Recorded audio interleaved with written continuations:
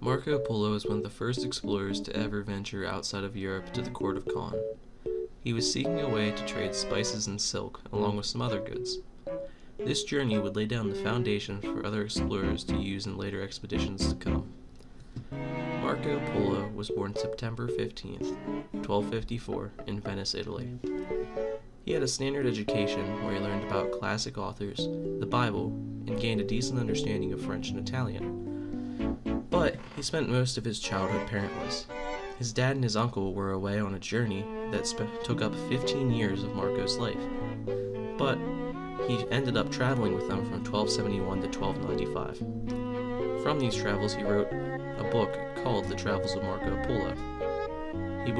The book would be printed in French, Italian, and Latin, and would become one of the most popular books in Europe.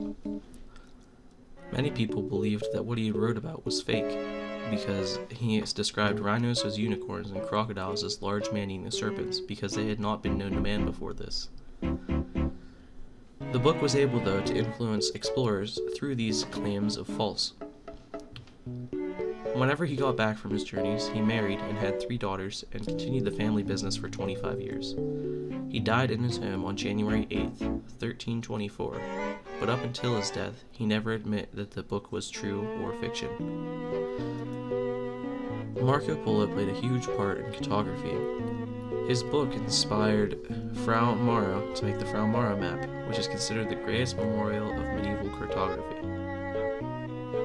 He was said to have been buried in the Church of St. Lorenzo in Venice. However, historians believe he was actually buried in San Sebastiano in Italy.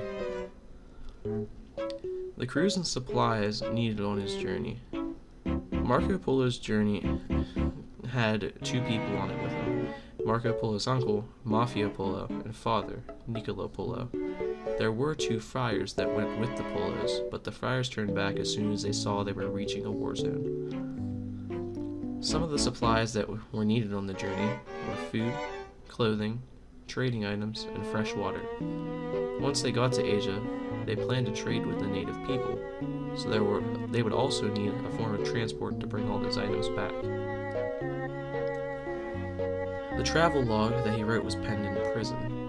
He was in jail because he was captured after leading a Venetian ship to battle against the state of Genoa. Marco Polo completed his work with the help of a fellow inmate named Rosticello. Rosticello was a very famous author at the time. The book was completed in 1299. Road to China. The trip took 3 to 4 years.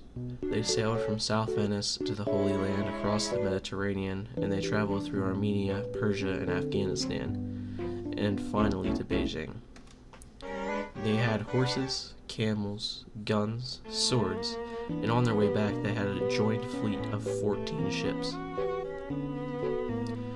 The journey was primarily on land. The party went from Armenia, Persia, Afghanistan, and the Pamir Mountains.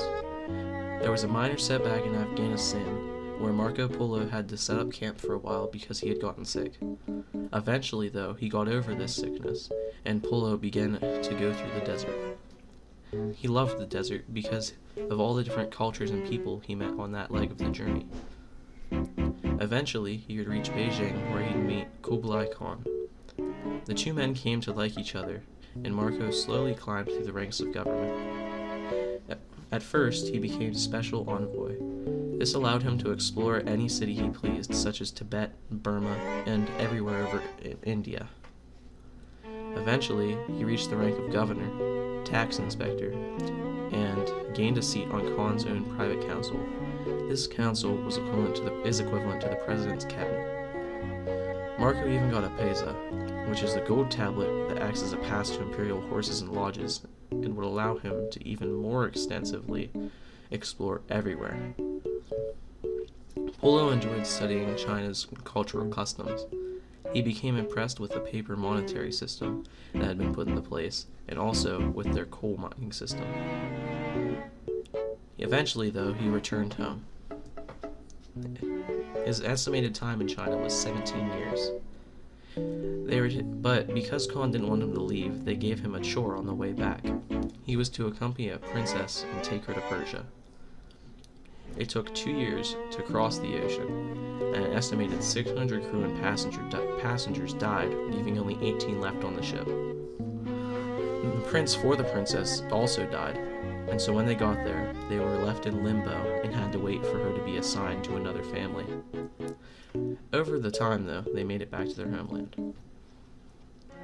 3 years after returning to Venice, Marco Polo gained control over a ship and fought in the war against Genoa.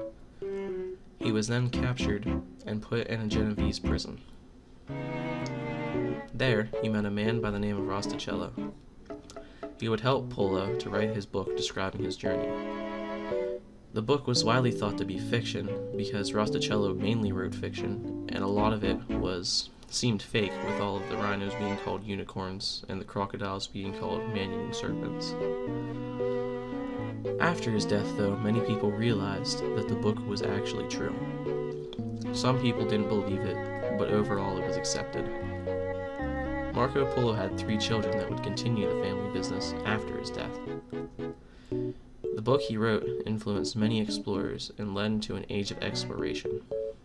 If it wasn't for Polo and his time spent in Asia, the land that seemed so close to Europe may have remained a mystery to people all throughout. Many of the explorers read of the treasures that had been encountered on his journey and got a sense of greed. This drove them all to want to go to Asia and India and sail all over the world to try and find ways to get there faster. Places such as the Cape of Good Hope, the Strait of Magellan, and even the Americas would not have been found without these ideas that Polo put on paper in his prison cell. Overall, Marco Polo spent most of his life striving to explore new places and different cultures. He was able to accomplish more than any other person had done before in Europe. Marco Polo went down as one of the greatest explorers of all time.